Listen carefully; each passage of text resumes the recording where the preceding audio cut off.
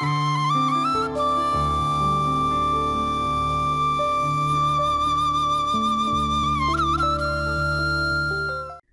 TV பார்வையாளர்கள் வாசகர்கள் அனைவருக்கும் வணக்கம்.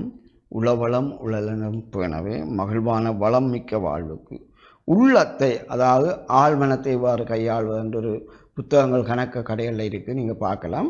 உள்ளத்தை கையாள பழகி கொள்ளுங்கள் என்ற தலைப்பில் உள்ளத்தை மைண்டை எப்படி யூஸ் பண்ணுறது, மூளை இயங்கும் விதம் மைண்டுன்னு சொல்கிறோம். அந்த மூளையை நாங்கள் எப்படி பாவிக்க போகிறோம் என்பதை பற்றி தான் கலைக்க போகிறோம் என்ற தலைப்பில் உள்ளத்தில் பதிவு செய்வதும் வெளிப்படுத்துவதும் தெரிந்தால் எந்த செயலையும் விரைவாக செய்ய முடியும் என்பதை விளக்க விரும்புகிறேன். சிம்பிளாக நீங்கள் எல்லா பொது நிகழ்வுகளையும் பாருங்கள். ஒரு கடதாசி துண்டோட ஒரு பேனையும் வச்சுக்கொண்டு எல்லா நிகழ்வுகளையும் ஆக்கள் இருப்பினோம். அது ஏனென்னா அவை எழுதி வச்சிருப்போம். 8:55 இவ்வளவு, 9 மணிக்கு இவ்வளவு, 9:05 இன்னது, 9:10 இவ்வளவு டைம், அந்த டைம் ஓடரும்படி என்னென்ன செய்ய வேணும்னு எழுதி வச்சிருப்பேன். அல்லது சிலர் என்ன செய்யணும், செக்லிஸ்ட்ன்னு சொல்கிறது, அதை எழுதி வச்சிருப்பேன். பிறகு செய்து முடிய சரி போட்டு கொண்டு. இதான் நீங்கள் எந்த நிகழ்வுகளையும் பப்ளிக்காக பார்க்கக்கூடிய ஒன்று. செக்லிஸ்ட் ஒன்று வச்சிருப்பேன், அல்லது இவெண்ட் லிஸ்ட் ஒன்று வச்சிருப்பேன், டைமிங் வரும். அதை நாங்கள் மைண்டில் எப்படி செய்கிறது, அவன் மனுவலாக தான் செய்து வச்சுக்கணும், கையில் தூக்கி கொண்டு செய்யணும்.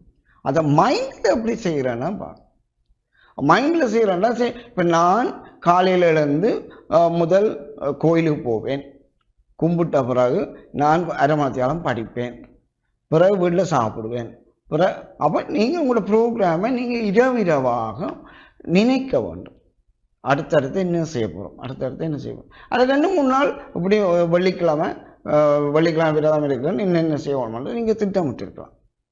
ஆகவே அடிக்கடி மனப்பாடம் செய்கிறாண்டு திரும்ப வாய்க்கு கொண்டு இருக்கிறது, அது பாடக்குறிப்பு. நிகழ்ச்சிகள் என்பது இந்த மூளையின் மேற்பரப்பில் கோட்டெக்ஸ் என்று சொல்கிறது.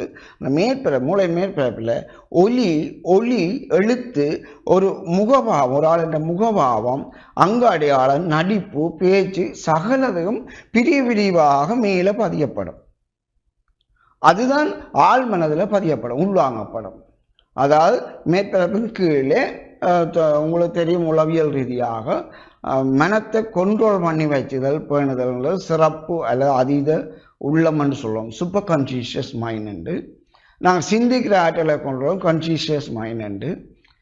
அதுக்கு அடுத்தா போல் சப்கான்ஷியஸ் மைண்ட் என்று இந்த மேற்பரப்பின் உட்பகுதியில் நாங்கள் நினைக்கிற எல்லாம் நரம்புகளுக்குள்ளாக பதியப்பட்டு வச்சிருக்கு. அவை நாங்கள் நினைச்சபடி ஒரு நிகழ்வுக்கு போனால் முதல் வேலை என்ன செய்வோம், ஆட்டோமேட்டிக்கலாக எங்களை தூண்டும், உள்ளம் தூண்டும். அப்போ உள்ளம் தூண்டுவதால் நாங்கள் அந்த செக்லிஸ்ட் இவெண்ட் லிஸ்ட் ஒன்றும் இல்லாமலே நாங்கள் அடுத்தடுத்த 1 by 1 செய்து கொண்டு போகக்கூடிய வாய்ப்பு இருக்கு. அவை நீங்கள் ஆழ்மனத்தை எப்படி கையாளுறதுன்னு சொல்றதை விட மூளையை எப்படி கையாளுறோம் அப்படி தான். அப்போ நாங்கள் திட்டமிடுதலை படமாக, காட்சியாக, நடிப்பாக, பாட்டாக, ஒரு காட்சியும் நடிப்பு குரலோடு சேர்த்து மல்டி மீடியா மாதிரி மனத்தில் காட்சிப்படுத்துவதன் ஊடாக, திரும்ப காட்சிப்படுத்துவதன் ஊடாக குறித்த நிகழ்வில் ஒன்றன் பின் ஒன்றாக எங்களால் இலகுவாக செய்ய முடியும். இதுதான் மனத்தை கையாளும் நுட்பம்.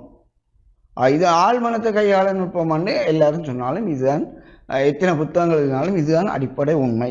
ஆகவே ஞாபகமாக இருந்தால் கட்டாயம் டாக்டர்கிட்ட கேளுங்க என்ன பிரச்சனை என்று, அதுக்கும் எனக்கும் சம்பந்தம் இல்லை. ஆகவே ஞாபகப்படுத்தல் என்பது இப்படியான மனதில் படங்களாகவோ காட்சிகளாகவோ நடிப்புகள் செயல்களாகவோ நினைவூட்டி கொண்டு அடிக்கடி நினைவூட்டினா உங்களுக்கு மனப்பாடம் வரும். நீங்கள் ஒரு நிகழ்வில் ஒரு செயலிலோ ஒன்றன் பின் ஒன்றாக ஒழுங்காக செய்ய முடியும். சிறந்த பருவேற்றையும் சிறந்த வெற்றியிட்டதற்கும் வழிவகுக்கக்கூடியதாக மனத்தை கையாள் நுட்பம் இவைதான் என்று கூறிக்கொண்டு இவ்வாறு உங்கள் செயற்பாட்டை முன்னெடுக்க வாழ்த்தி விடைபெறுகிறேன். நன்றி.